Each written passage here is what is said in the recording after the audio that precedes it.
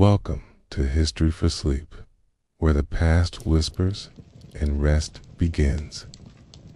If you enjoyed drifting off to soft-spoken stories from history, don't forget to subscribe and tap the like button. It helps more dreamers find us. Tonight's story is one of quiet intrigue. But before we begin, tell me in the comments what time period helps you sleep the most. Ancient Rome, Victorian London, or something else. Love in the Renaissance, perfume, poetry, and STDs. Segment 1. Where there's musk, there's fire. Let's go back to a time when love smelled wrong. The year is 1490. You're in Florence. The Renaissance is blooming. The art is divine. The poetry is delicate. The theology is conflicted. And the air is thick with the smell of roasted meat, unwashed bodies, and roses. Old roses pressed into wine, sweat, and oil. The kind of roses that you smear behind your ears, even though you have uncleaned them in weeks. Welcome to the world of love in the Renaissance. You may imagine candlelit declarations, silk letters, stolen glances beneath painted ceilings. And that's not wrong, but it's missing something messier. Because love, real love, the kind that ruins reputations, inspires odes, spreads disease, and drives dukes to exile their wives, that kind of love stinks, literally, and yet it thrives. In poems, in paintings, in whispered prayers, in soiled sheets. This is the story of Renaissance romance, where perfume masked more than odor, where poetry tried to contain lust, and where nearly every noble had syphilis, but still believed in the sacredness of a kiss. And we begin, as all love stories should, with the body. To be in love during the Renaissance was, first and foremost, to be intensely aware of the human body. You saw it everywhere. In paintings, limbs were long and pale, hips curved like antique amphorae, breasts swelled like ripe fruit. Even religious art was sensual. Angels with flushed cheeks, Madonnas with soft eyes. But outside the frame, the real body was harder to love. Teeth were crooked and rarely brushed. Breath was tinged with onion, beer, and infection. Baths infrequent. In fact, many people feared them. There was a belief that water opened the pores too much, made you vulnerable to disease. So people washed by changing their linen shirts, letting the fabric absorb dirt and oils, sort of like wearing a towel and pretending that counts. So how did love bloom in a world that stank? The answer is scent. Not natural scent, but constructed scent. Perfume, oils, vinegars, sachets, pomanders, things to pin on your clothes or tuck in your sleeve. The Renaissance was obsessed with controlling odor, with crafting it, with transforming the body into something bearable, even desirable. If you had money, you anointed your wrists with rose oil imported from Damascus. You dabbed your temples with lavender steeped in vinegar. You tucked clove-studded oranges into your sleeves. Your love letters came perfumed, sometimes soaked with ambergris, that waxy, erotic substance found in the intestines of sperm whales. And if you couldn't afford all that, it got creative. Garlic on the feet to draw out bad smells, crushed mint under the arms, dried herbs sewn into your undergarments. A wax tablet worn around the neck, slowly melting with your body heat, releasing a scent like honeyed spice and sweat, 'cause even the poorest knew. To attract love, you had to battle your own stink. And love, real love, could be lost with a single whiff. But smell wasn't just physical, it was moral. To smell good was to be good, or at least to pretend. In a world where disease was linked to sin and sin to the body, fragrance was seen as proof of virtue, or at least of wealth, which often passed for the same thing. A perfumed wrist said, "I am in control of myself, my passions, my urges." Even if your mind was filled with lustful thoughts, at least you didn't smell like them. And yet, scent also betrayed people. Love spells were brewed with scent. Musk, amber, civet, all considered aphrodisiacs. Wives accused their husbands of adultery if they came home smelling of another woman's perfume. Cloaks were sniffed, tea steets discreetly examined. In Florence, it was said that you could tell who someone had slept with just by inhaling their collar. And sometimes it worked both ways. There are letters from lovers begging for unwashed clothing, for handkerchiefs soaked in natural scent, the odor of skin, of sweat, of truth, 'cause beneath all the lavender and rosewater was still the body, the real one, the desired one. Even Michelangelo, in a letter to a male muse, begged for a shirt you have worn so I may know you by touch and scent. Renaissance love wasn't just about beauty. It was about presence, the ache of longing, and the raw, aching humanness of bodies, even when they reeked.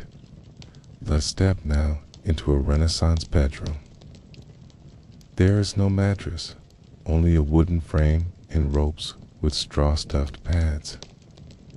The linens have been changed, though not recently.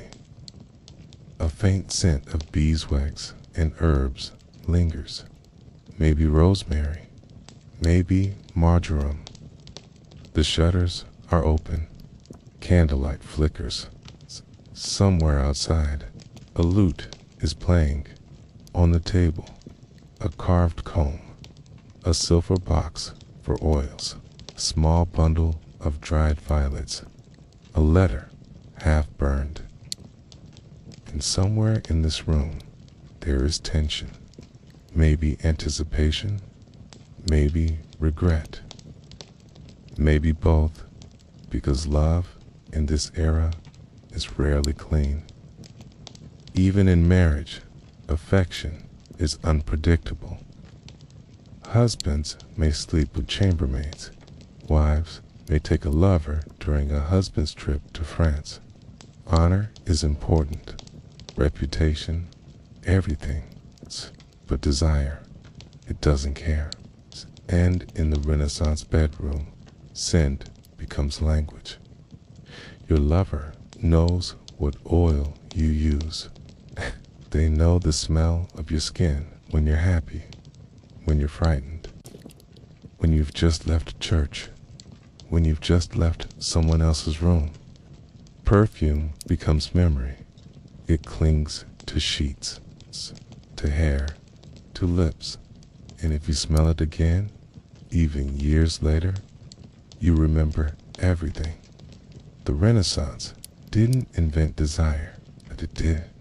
Try to catalog it, paint it, bottle it, name it in 14 lines of verse, and always, always perfume it, because love might be unholy, but at least it could smell divine.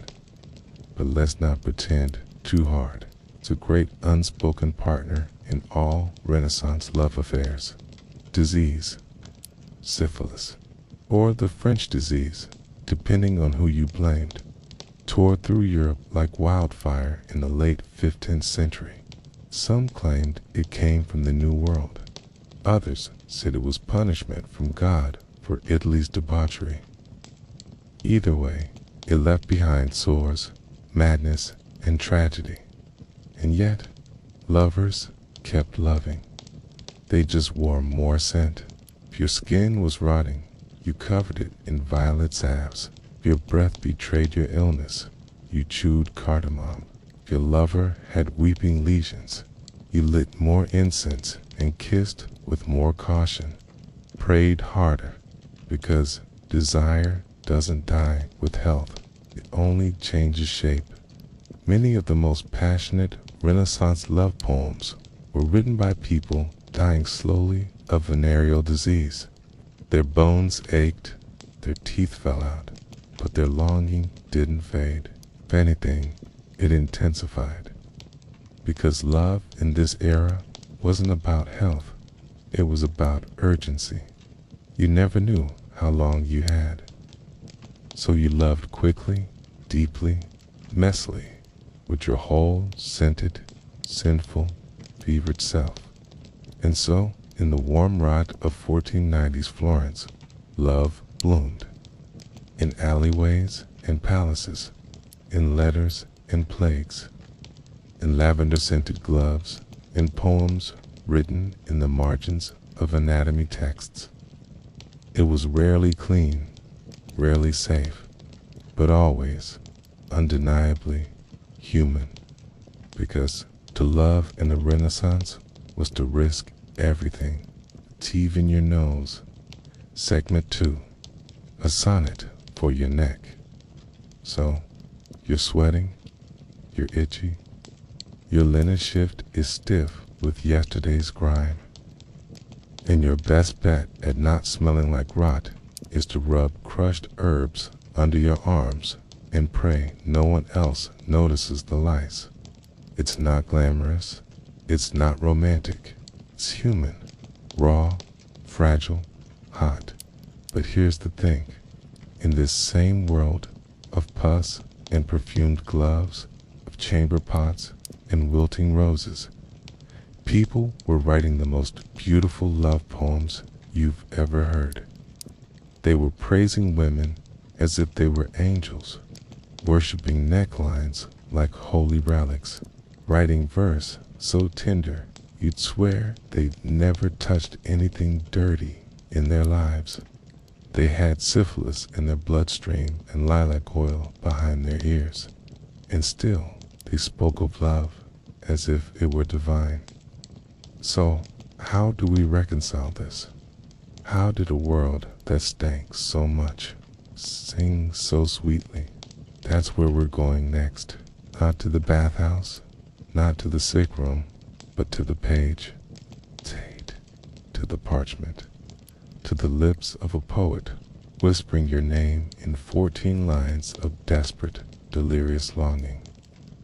Let's begin with a question. Why the neck? Why, in poem after poem, letter after letter, painting after painting, does the Renaissance lover return to the curve of a neck like it's sacred territory? They wrote sonnets about it. They painted it in gold leaf.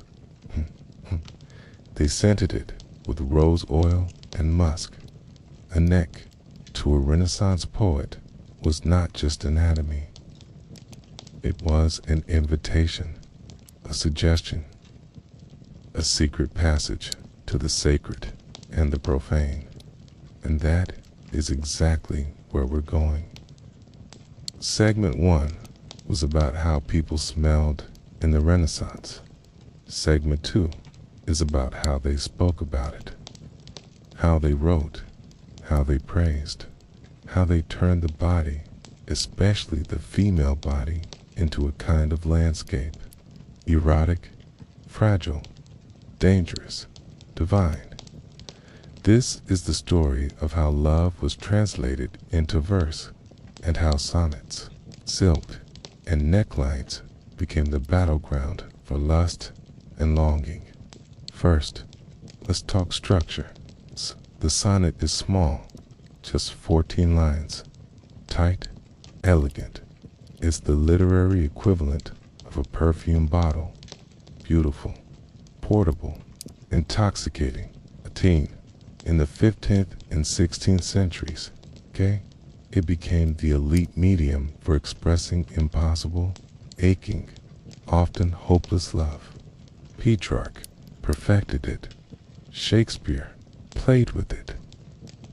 Michelangelo, yes, the same one who painted ceilings and sculpted David, wrote sonnets, too, sometimes to men, sometimes to God, often to both at once. But what made the Renaissance sonnet so enduring wasn't just its craft, it was what it couldn't say directly. A sonnet allowed you to say everything without saying anything. You could write about desire without naming sex. You could praise a woman's beauty without admitting you'd only seen her once across a church nave 5 years ago. And most of all, you could take the body, the messy, leaky, disease-prone, smelly body, and make it divine. Let's take the female body. Renaissance poets didn't describe women the way we might today. There was no mention of personality, or hobbies, or mutual respect. No, you started at the top, the hair, and worked your way down like an anatomical checklist of obsession. Hair, gold threads, sunbeams, spun silk, forehead, ivory, stars, sapphires, liquid mirrors, lips, coral, or cherries, teeth, pearls, assuming there were enough to count, neck, swan-like, slender, an alabaster column, always white as snow, even if the real woman had been working in the vineyard all day and looked more like sunburn and dust. But that didn't matter. The praise wasn't literal. It was devotional.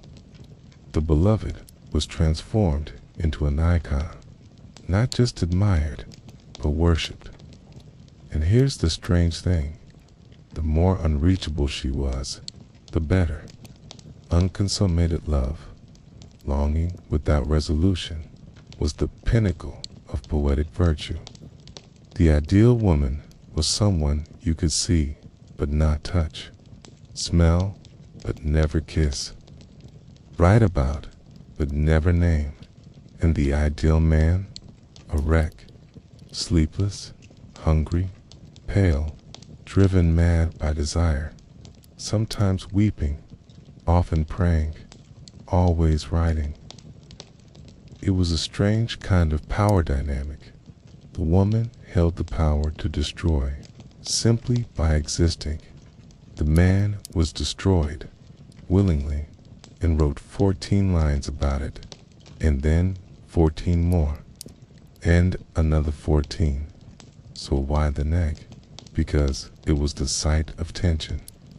It marked the boundary between mind and body, between thought and appetite, between the face, where self-control lived, and the chest, where passion, breath, and heartbeats thudded away beneath the skin.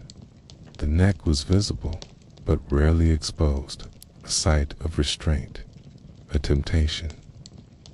A woman's neckline was one of her few tools of seduction, or at least suggestion.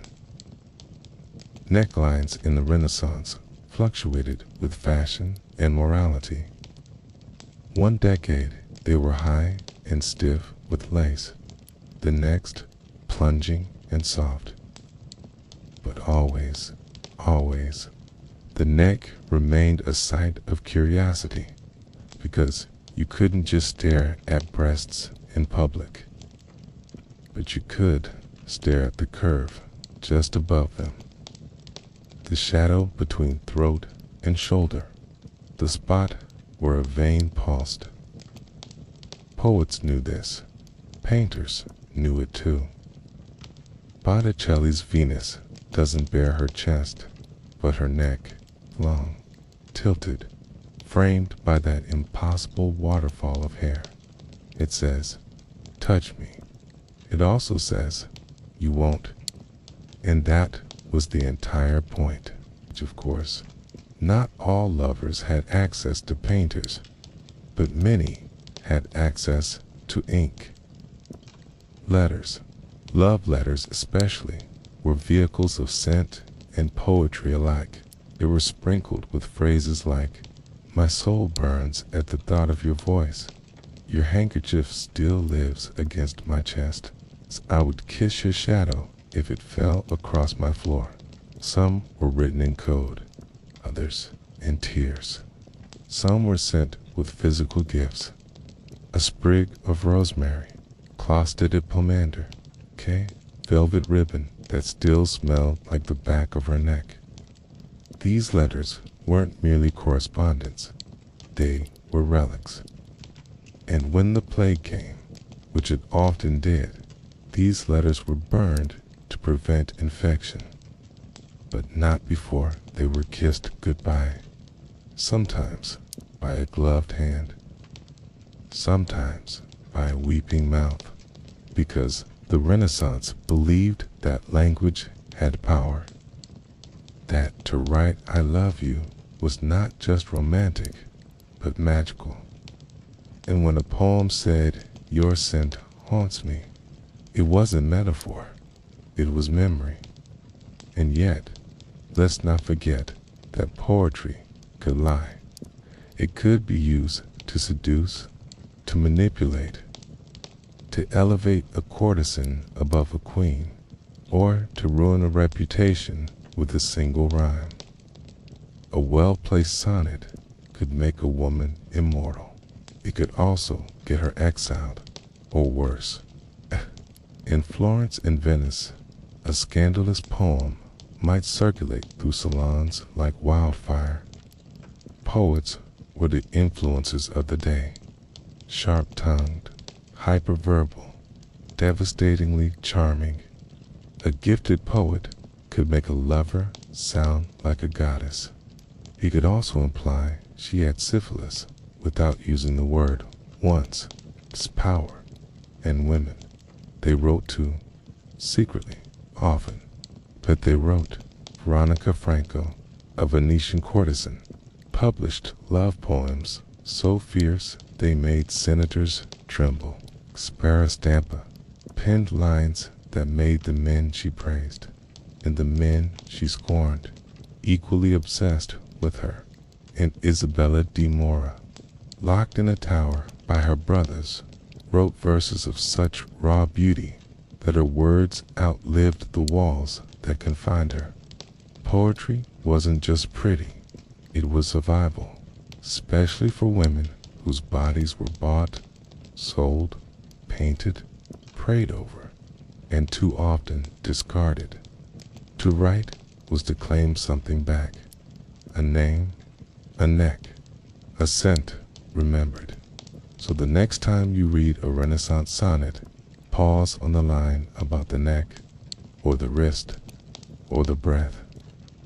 Don't just read it, smell it, because somewhere, centuries ago, a real person leaned over parchment, dipped a quill into ink, and tried to bottle longing, not just for a lover, but for a moment, a gesture, a breath. That moment is gone now, but the scent still lingers, faint, honeyed, spiced, or is it something darker? Because just beyond the ink and roses lies something stronger. The world of real perfume, bowls, potions, aphrodisiacs, and poisons. Let's follow the scent. Let's open the bottle. Segment 3. Love potions and dangerous oils. Let's open the bottle carefully now. It's small, dark glass, sealed with wax, maybe wrapped in silk.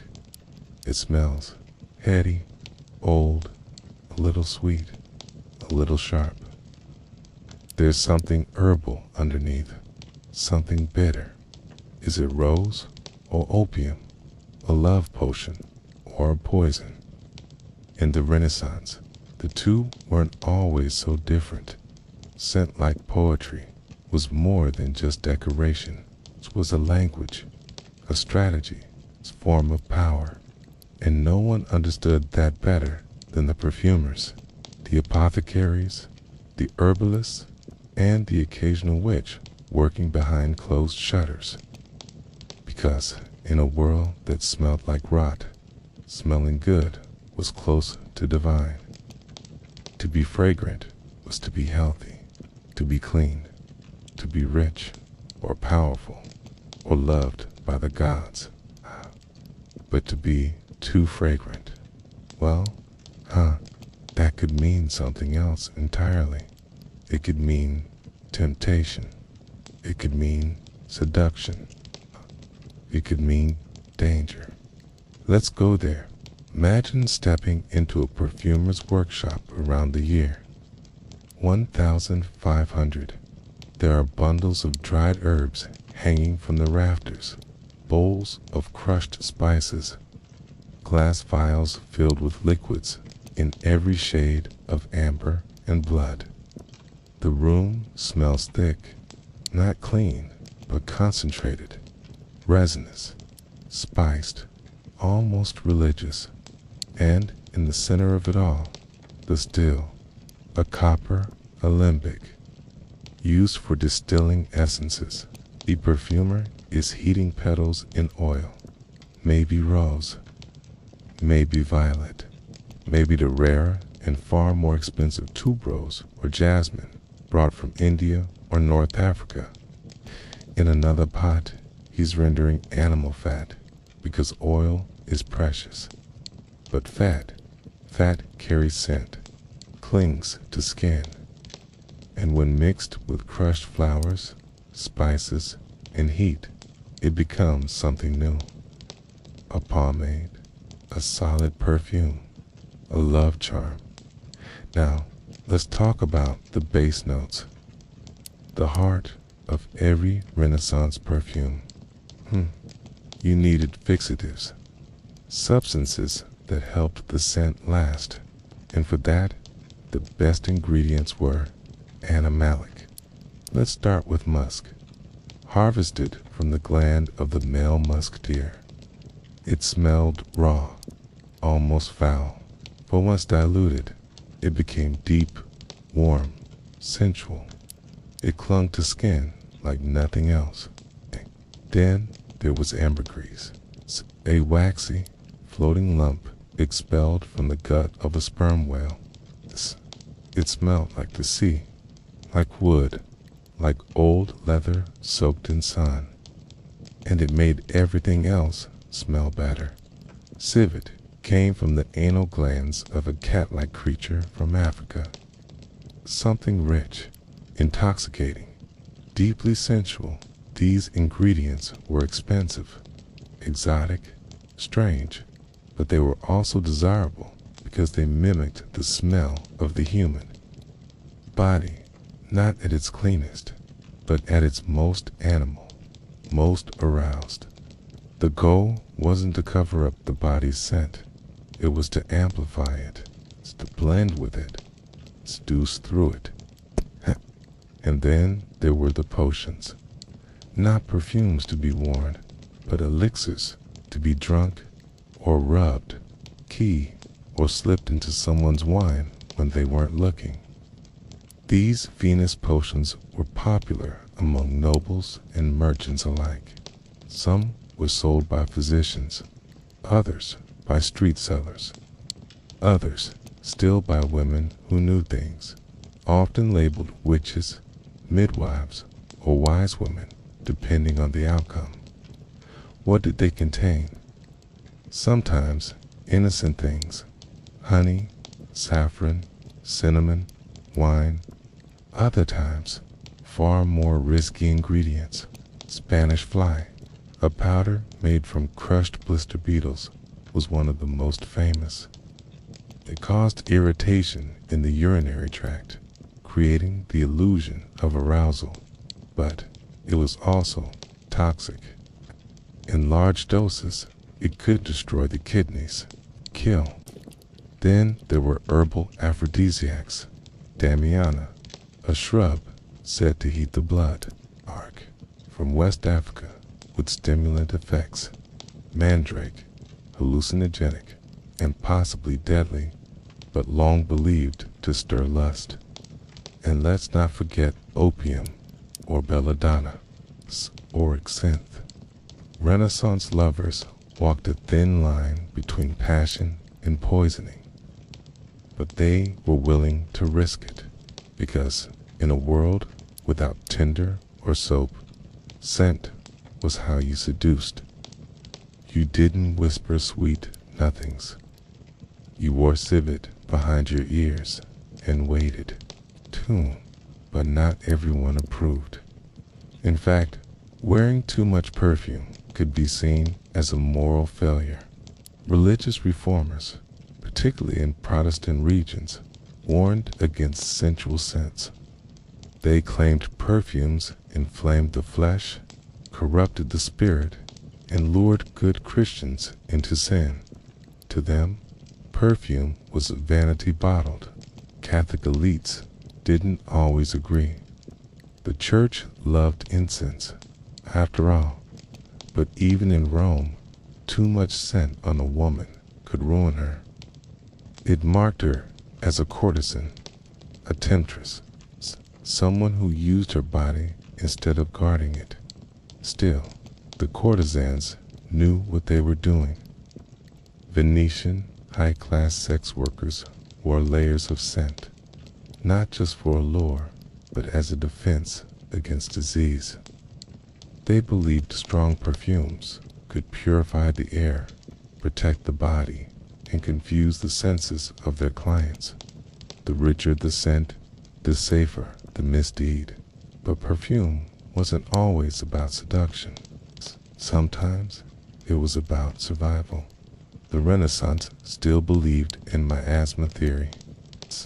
The idea that bad air caused disease, plague, so scent wasn't just cosmetic, it was medical. Doctors carried pomanders, small orbs filled with herbs and spices, which they held to their noses in times of plague. People burned juniper, frankincense, or rosemary to cleanse the air. They fumigated clothes, hung dried oranges from their ceilings, bathed when they could, in wine infused with clove and marjoram. In a way, perfume became a kind of prayer, a way to ward off death, a way to reclaim control. A woman might scent her bed linens, not just to attract a lover, but to keep the sickness at bay. She might anoint her breasts with balm, not just for pleasure, but for protection. Desire and danger were never far apart. Of course, not all potions were made for love. Some were made for revenge. Poisoning was an art in Renaissance Europe, and women in particular were often accused, fairly or not, of using scent as a weapon. A perfumed glove, a handkerchief soaked in arsenic, kiss laced with belladonna. Stories swirled through Florence, Paris, and the courts of Spain and France about women who killed with fragrance, who brewed heartbreak into oil, who whispered spells into tinctures that made men fall or fail in bed. Whether true or not, the fear was real, because everyone believed sin could stir the body, cloud the mind, and break the will, which meant love, real love, was always shadowed by suspicion. If a woman loved you too quickly, was it her or the potion? If a man desired you too fiercely, was it passion or poison? Let's go back to that bottle. It's the oil absorbed, the spell cast, the night spent. What's left is a smell on the skin, faint, warm, familiar scent like clove or rose or sweat. It lingers in the bedsheets, on the pillow, in memory. 'Cause when we talk about perfume in the Renaissance, we're not just talking about vanity or seduction or wealth. We're talking about control over the body, over desire, over death. Perfume was how people shaped the story they told about themselves, even if that story was a lie, even if the bottle held more than just flowers. Welcome to History for Sleep, where the past whispers and rest begins. If you enjoyed drifting off to soft-spoken stories from history, don't forget to subscribe and tap the like button. It helps more dreamers find us. Tonight's story is one of quiet intrigue. But before we begin, tell me in the comments what time period helps you sleep the most. Ancient Rome, Victorian London, or something else. Segment 4. Nobles, courtesans, and the scent of power. Let's leave the shadowy apothecaries now. Step out of the cluttered workshops and herbal cellars, out into the sunlight. Into the palaces, stone floors, echoing halls, gold and velvet, feather fans, and silk-draped beds. Here, perfume is not homemade. It's imported, bottled in crystal, filtered through alchemy, money, and class. Here, love is not just a feeling, it's currency, it's strategy, it's politics, and at the center of it all, always, the body, dressed, powdered, scented, or exposed. So, let's begin where power and desire meet. Let's begin at court. In Renaissance courts, whether in France, Italy, England, or Spain, love affairs were rarely private. A royal mistress didn't just warm a bed. She wielded influence, controlled access, passed favors, whispered secrets, and one of her greatest tools wasn't her beauty. It was her presence, her aura, how she smelled, how she moved, what clung to her gloves, her hair, her neck. Let's talk about Catherine de' Medici, Queen of France, originally from Florence, a city where perfume was not just an art, but an industry. She brought with her an Italian perfumer named Renato Bianco, whom she set up in Paris under heavy protection. Some said his scents were so powerful they could cure melancholy. Others whispered he made poisons too. Under Catherine's reign, perfume wasn't just worn, it was deployed. Scented gloves, scented fans, even scented horse saddles. Everything that touched the queen left a trace, a message.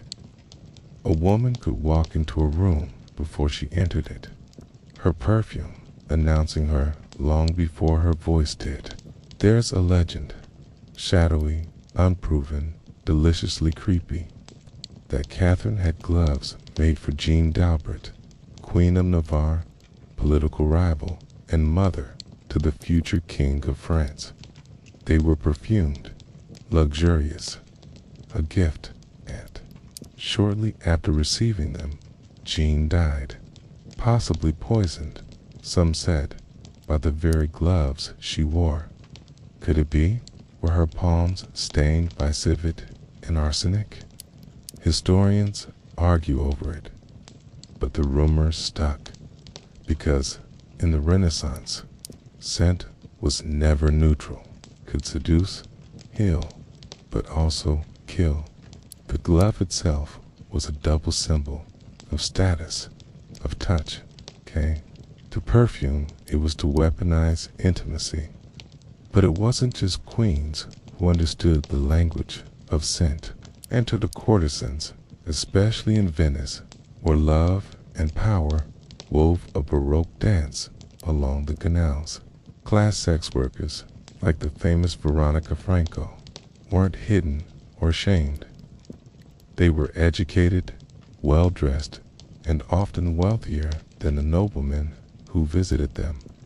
They played chess, wrote poetry, quoted Ovid, and they wore exquisite perfume. Not simply to smell alluring, but to shape perception, to control what kind of woman they were seen as. A noblewoman's scent said, "I am pure, elegant, untouchable." A courtesan's scent said, "I am available, but never cheap." Their perfumers blended custom oils, sandalwood, cinnamon, orange blossom, musk. They layered oils with scented hair powders. They bathed in infusions. They perfumed their letters, their sheets, even their calling cards. It wasn't just about attraction. It was about brand, a clean illusion, powder, wigs, and scented everything. Let's be clear. Most people, even the elite, weren't bathing every day. Water was risky. Plumbing, rare. Full-body bathing was, in some places, even discouraged. So, instead of soap and showers, nobles layered protection. They changed linens constantly. They wore scented undergarments. They powdered their wigs with flour, starch, and fragrant additives like lavender or ambergris. Hair powder was a statement, a ritual, a disguise, and yes, it often mingled with lice. Still, to the observer, a nobleman in full dress, face powdered, gloves perfumed, and hair stiff with lavender and iris starch, was the picture of control. Cleanliness wasn't about sanitation, it was about symbolism. Smelling good didn't mean you were clean. It meant you had power over dirt. Let's slow things down. Imagine this. You're a noblewoman. It's dusk. You're alone in your chamber. You take out parchment, your best ink, and a pen. You begin a letter. Not just any letter, but one for him, the count, the musician, the lover you're not supposed to have. You write carefully. You choose your words with precision, elegance, longing. Then, before sealing the letter, you do one more thing. You dab it with perfume. Press your lips to it first, applying a special scented balm to your mouth. Your letter doesn't just say, "I love you." It smells like you. It tastes like rose oil. It seduces through paper. Perfumed letters were wildly popular and dangerous. They could be intercepted, revealed, used as evidence, or as fuel for gossip. But still, people sent them, 'cause love, especially forbidden love, demands risk. The smell of virginity. Now, here's something strange and very Renaissance. People believed they could smell virginity, or, at least, tell a chaste woman by her scent. The idea wasn't universal, but it was common enough. Some physicians wrote that a virgin's sweat was less pungent, her breath sweeter, her urine like violets, and so perfumes were designed to simulate chastity. Delicate florals, powdery iris, light rose, sweet almond, scents that evoked innocence, delicacy, purity. A woman might wear these before a wedding night to reinforce the illusion. Even if she wasn't pure, her perfume could tell that story. Virginity, after all, was currency, and scent, the ultimate forger. After love, perfume, and death. But not all scented stories end in silk sheets. Some end in stone tombs. The wealthy scented not only their bodies, but their corpses. Elite embalming practices included rosewater, spices, and aromatic resins. Why? Partly to preserve, partly to mask decay, but also to suggest that even in death, the noble body was different, refined, sacred. Some graves were even perfumed at burial or sealed with aromatic waxes, 'cause scent lingered, even when love faded, even when the body crumbled. Perfume was memory, legacy, a ghost that refused to rot, a love that couldn't wash away. Let's step back. Noble or not, courtesan or countess, queen or chemist, people in the Renaissance used scent as a way to negotiate love, to frame it, fabricate it, fend off disease and disappointment. And though the technology of love has changed, there's something timeless here. We still try to capture desire in colognes, in lotions, in soap, in lipstick, in sheets. We still say, I miss you, and mean, I miss how you smell. Segment 5. The Rotten Rose, STDs, Shame in the Erotic Body. We've inhaled the perfumes, read the love letters, wandered the velvet chambers and powdered wigs. But now, let's undress the Renaissance. Not the illusion, but the reality. What lay beneath the scented gloves and silk? What was hiding behind the rose oil and rhymed seduction? The answer, all too often, was something oozing. Something that burned when you peed. Something that rotted your nose off. Let's talk about the Pax, the French disease, the bad air of Venus, the thing no one wanted to name and everyone feared. Let's talk about syphilis. It's a disease that changed the world. It may have come from the New World. It may have existed earlier, but mutated violently. Either way, it exploded into European consciousness in the late 1490s. Suddenly, men and women, soldiers, merchants, nobles, priests were breaking out in ulcers, suffering headaches, fevers, rotting genitals, grotesque skin lesions.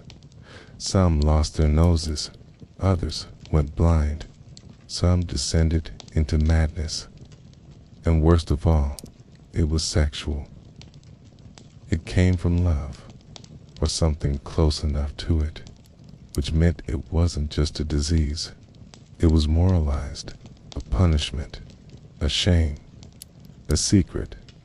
Nobody could agree on a name, but everyone wanted to blame someone else. The Italians called it the French disease. The French called it the Neapolitan disease. The Russians said it came from Poland. The Poles said it came from Germany. The English, ever diplomatic, just called it the Great Pox. It was everywhere, and no one wanted to admit where it started, because to name it was to claim it, and yet it was unmistakable. Syphilis shaped bodies, it disfigured faces, left traces that perfume couldn't hide, and yet people still fell in love, still slept around, still wrote sonnets about smooth white skin and red lips, even as those same lips cracked, even as that skin blistered. So how did Renaissance Europe respond? Well, first, denial. In poetry, plays, and love letters, bodies were still described in glowing terms. Women had alabaster breasts, men had golden thighs, necks were kissed, wrists were praised, but the groin, the the mouth, those were mysteriously absent. Love was elevated, eroticism sublimated. Desire floated just above the waist, avoiding the messier bits altogether. And when physical symptoms became unavoidable, there were euphemisms. A lover might be said to suffer from a heat in the blood, or an unfortunate inflammation, or simply Venus's wrath. It wasn't just shame, it was storytelling, trying to salvage beauty from a crumbling body. Let's go to the apothecary again. This time, we're not here for a perfume, we're here for a cure. And what do they give you? Mercury.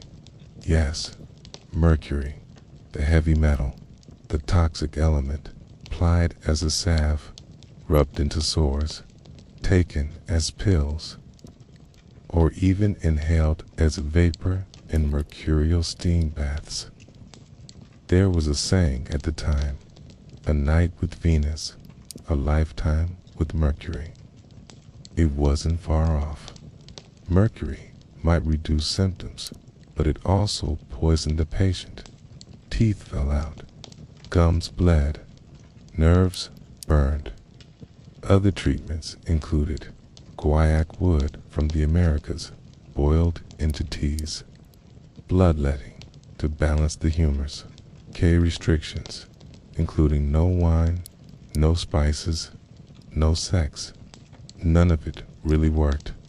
People kept trying because the alternative was worse. To rot, to go mad, to be known. Courtesans, condoms, and complicity, you might wonder. What about the courtesans? Weren't they the most vulnerable? Yes and no. High-status courtesans often had more access to information, treatments, and early versions of protection. Enter the Renaissance condom, made of linen, soaked in chemicals, tied on with ribbon, reusable, rare, probably itchy. They were sometimes used, mostly by men who could afford them or who frequented brothels that mandated them. But stigma lingered. To admit you wore a condom was to admit you might need one, and that in itself was an admission of guilt. Still, some lovers tried. Some were cautious. Some abstained, but many simply risked it because sex was part of life. Even if life ended young, it's the irony. Many victims of the pox were infected by their healers. Curial ointments were applied by hand. Steam treatments involved close contact. Some physicians themselves carried the disease, but still practiced ungloved, unwashed. There were even fashionable pox doctors, dressed well, charging fortunes, delivering hope, and then disappearing when the patient worsened. So people turned to other sources: herbalists, mystics, saints, charms. They prayed to Saint Fiacca for diseases of the groin, Saint Roch for plague and sores, to Mary Magdalene, rebranded as a symbol of repentance. A diseased body wasn't just medical, it was moral. Healing meant confessing, purifying, repenting, even when the disease wasn't your fault. Now, let's talk about how Renaissance artists pictured love. In paintings, sculptures, woodcuts, the human body was worshipped, exalted, made divine. Michelangelo's, David, Botticelli's Venus, Bronzino's languid lovers. Even when nude, these bodies were clean, unscarred, unblemished, free of hair, warts, lesions, or discharge. They were fantasy, not truth, because the real erotic body, the one that lived, loved, suffered, was far messier. Syphilis created a strange tension. Bodies were more visible than ever in art, and more feared than ever in life. So people escaped into metaphor. A woman's neck became a swan. A man's thighs became marble columns. No one had to write about the ulcers. They wrote about moonlight instead. Confessions, shame, and Renaissance love letters. And yet, love persisted, even infected, even aching, even ashamed. There are surviving letters, some anonymous, some noble, in which lovers beg forgiveness after infecting their beloved. They apologize. They swear they didn't know. They promise they'll pay for the best doctors. They still love you, they say, even if their bodies are ruined. This is not poetic love, not Petrarch's Laura, not courtly love or ballads of silk. This is desperate love, rotten love, real love, and in some ways, the most human kind. So where does that leave us? With rose oil and mercury, with perfume and pustules, with poetry and shame. Renaissance love was not clean. It was not ideal. It was raw, risky, dangerous, and still, people chased it, dabbed perfume on infected skin, sent love letters through the fever, praised each other's lips while hiding the sores, because desire doesn't vanish with disease. Shame doesn't kill longing, and even a body in pain can crave beauty. Love's lasting smell, legacy, memory, and the perfume of history. So here we are. We've wandered the apothecaries and brothels. We've listened to sonnets recited beneath mildew-draped balconies. We've smelled the rose oil layered over sweat. We've peeked inside love letters folded around oozing secrets. And we've seen how beauty in the Renaissance was always a little rotten. But the story doesn't end in the 16th century. The powder has settled. The wigs have yellowed, but the scent lingers. You can still smell it today. In department store perfume aisles, in the way we talk about love, in how we hide our bodies while praising them. So tonight we ask, what remains?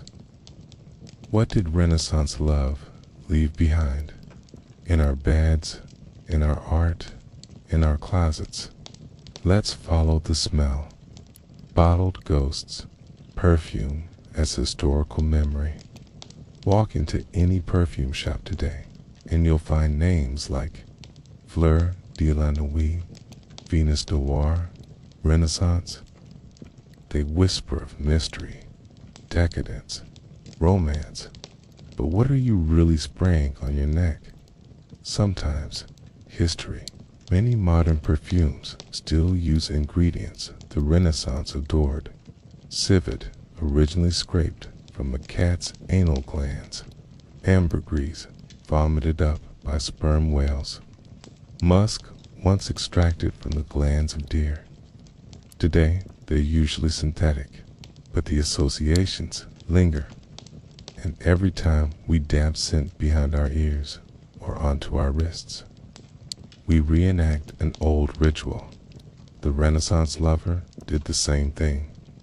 To seduce, to protect, to smell like anything but themselves.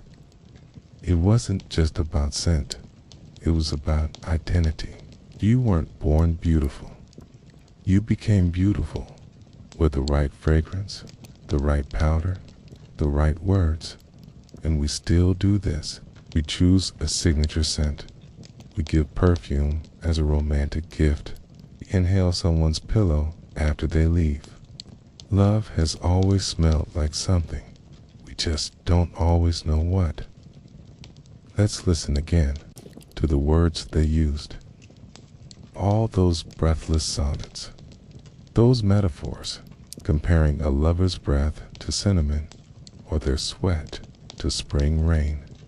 Exaggerated, of course, but also revealing, because Renaissance poets taught us how to describe desire. They gave us a language, lush, indirect, symbolic, that still shapes how we talk about love. Still say, you take my breath away, you're intoxicating, you make my heart race. And beneath those lines is a Renaissance nervous system. A culture where love and illness shared symptoms, where a broken heart could literally make you sick, where love was treated like a fever, something to sweat through. And that metaphor of love as an affliction never really left. We call it lovesick. We say falling in love as if tumbling. Still talk about chemistry. Even when we know better, we still talk like Renaissance mystics, because part of us wants to believe what we hide. What we show, think back to those powdered faces, those scented gloves, those high, ruffled collars covering ulcerated throats. In the Renaissance, much of love was about performance, not just attraction, but curation. Your smell, your gestures, your phrases, all chosen with care. And isn't that still true? We swipe on dating apps, we choose the best angle, we filter, we caption, we perfume our lives digitally. We still don't show the sores, don't post the awkward silences, the doctor visits, the painful aftermath. Instead, we post poetry. Hey, and in that way, we are still writing sonnets over rotting flowers, still praising each other's necks, even when we're falling apart. You might wonder, why did people keep loving, even when it was dangerous? Why risk infection, shame, exile? Because they had to. Because love was bigger than their fear. And maybe we understand that more than we admit. We date after heartbreak. We kiss after loss. We love people who are flawed, fractured, and human, just like they did, even with syphilis, even with missing teeth and oozing noses, even with madness. Renaissance love wasn't just poetry, it was endurance. Perfume helped disguise it. Poetry helped soften it. But at the core, it was human beings trying to feel close to one another. In a world that often smelled terrible and offered no guarantees, that, too, has survived. This story of perfume, poetry, and STDs is not just about the past. It's about what we do with pain, how we frame it, how we dress it in roses, how we tell stories around it. The Renaissance didn't have antibiotics. They didn't have therapy. They didn't have emojis, or ghosting, or dating shows. But they had yearning. They had shame. They had secret letters pressed with wax seals and sprayed with musk. They had bodies that wanted to be touched, but were terrified to be known. And that feels oddly familiar. We may have more tools now, but love hasn't gotten easier, only better dressed. Picture her, a noblewoman, alone in her bedchamber. She dips her finger into a ceramic jar of scented paste, touches it behind her ears, slides on her gloves, adjusts the silk veil. She's been coughing for days.